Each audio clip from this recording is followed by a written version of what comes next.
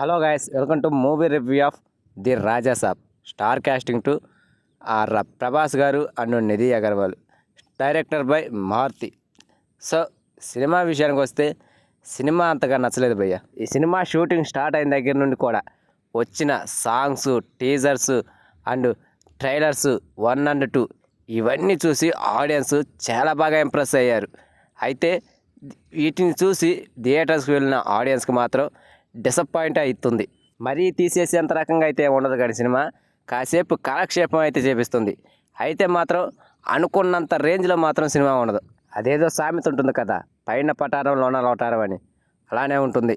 Trailers ఇవన్నీ చూసి సినిమాకి వెళ్ళేసరికి అసలు మ్యాటర్లోకి వెళ్తే ఈ సినిమా టోటల్ రన్ టైము 3 గంటల 12 నిమిషాలు. అయితే ఈ లాంగ్ లెంత్లో డైరెక్టరు స్టోరీని క్లారిటీగా చెప్పలేకపోవడంతో పాటు అటు క్యారెక్టర్స్ని కూడా కన్విన్సింగ్గా చూపలేకపోవడం ఈ సినిమాకి అతిపెద్ద మైనస్. ట్రైలర్లో మనకు చూపించినట్టే తాత, నానమ్మ అండ్ హీరో ఈ ముగ్గురే మెయిన్ హైలైట్ అని తెలుస్తుంది.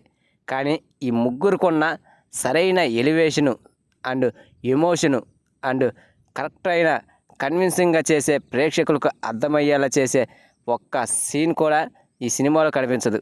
ముందుగా మెయిన్ నాణ్యమ కోసం ఫైట్ చేస్తాడు రాజాసాబు. అయితే ఆ రాజాసాబు నాణ్యమకి మధ్య ఉన్న బలమైన ఎమోషన్ని చూపించలేకపోయాడు డైరెక్టర్. ఇక్కడ తాత విలను ఇద్దరు ఒకటే. అసలు తాత విలన్గా ఎందుకు మారాడు, దెయ్యంగా ఎందుకు మారాడు, ఆ తాతకి నాణ్యమ మీద అసలు పగేంటి అనేది క్లారిటీగా చూపించలేకపోయాడు. అది బాగా వర్కౌట్ అయినట్టయితే సినిమా నెక్స్ట్ లెవెల్లో ఉండేది. అక్కడ పెద్ద మైనస్ అయింది. మరి 3 గంటల సేపు డైరెక్టర్ మారుతి ఏం చేశాడు అనే క్వశ్చన్ మీలో రావచ్చు. అది చెప్తాను వినండి. ఒకరు చాలదంటూ 3 హీరోల్ని పెట్టారు రొమాన్స్ కోసం. అండ్ దాంతోపాటు కమెడియన్స్ని పెట్టి నవ్వించాలని చూశాడు. ఇటు రొమాన్స్ పండలేదు, అటు కామెడీ కూడా పండలేదు. ఫస్ట్ 1 hour అయితే హీరోయిన్స్తో రొమాన్స్ అండ్ కామెడీ ట్రాక్తో కాలక్షేపం చేపించాడు, కానీ అవి పెద్దగా వర్కౌట్ కాలేదు.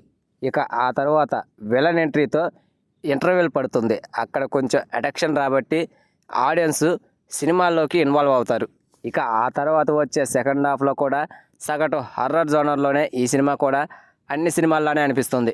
కానీ సెకండ్ హాఫ్లో వచ్చే 2-3 సీన్స్ వల్ల ఇది సగటు హర్రర్ సినిమా కాదని అక్కడ కొంచెం డైరెక్టర్ మారుతి గారి వ్యూ మార్క్ కనిపిస్తుంది. విలన్తో చేసే ఆ 2 సీన్స్ కూడా హైలైట్గా నిలిచాయి ఈ సినిమాకి. ఇక క్లైమాక్స్కి వచ్చేసరికి భారీతనం, భారీ విజువల్స్, గ్రాండియర్గా కనిపించే ఆ విజువల్స్, కెమెరాతనం ఇవే కనిపిస్తాయి, కానీ ప్రాపర్ ఎండింగ్ ఇవ్వలేకపోయాడు అనిపిస్తుంది. సో ఫైనల్గా కూడా ఏదో మిస్ అయ్యంరా అనే ఫీలింగ్ ఇస్తుంది ఈ సినిమాని చూశాక. సో మొత్తానికైతే డైరెక్టర్ మారుతి ప్రభాస్ గారిని హ్యాండిల్ చేయలేకపోయాడని అనిపిస్తుంది. సో ఇది ఫ్రెండ్స్ రాజాసాబ్ మూవీ రివ్యూ. ఈ రివ్యూకి నా రేటింగ్ వచ్చేసి 2 out of 5. మరి ఈ సినిమా మీరు చూసారా? మీకు ఎలా అనిపించిందో కామెంట్ చేయండి ఫ్రెండ్స్. నా ఈ వీడియో కనుక మీకు నచ్చినట్లయితే ప్లీజ్ గైస్ లైక్ చేయండి, షేర్ చేయండి అండ్ సబ్స్క్రైబ్ చేసుకొని పక్కన ఉన్న బెల్ ఐకాన్ని క్లిక్ చేసుకొని ఆన్లో పెట్టుకోండి ఫ్రెండ్స్.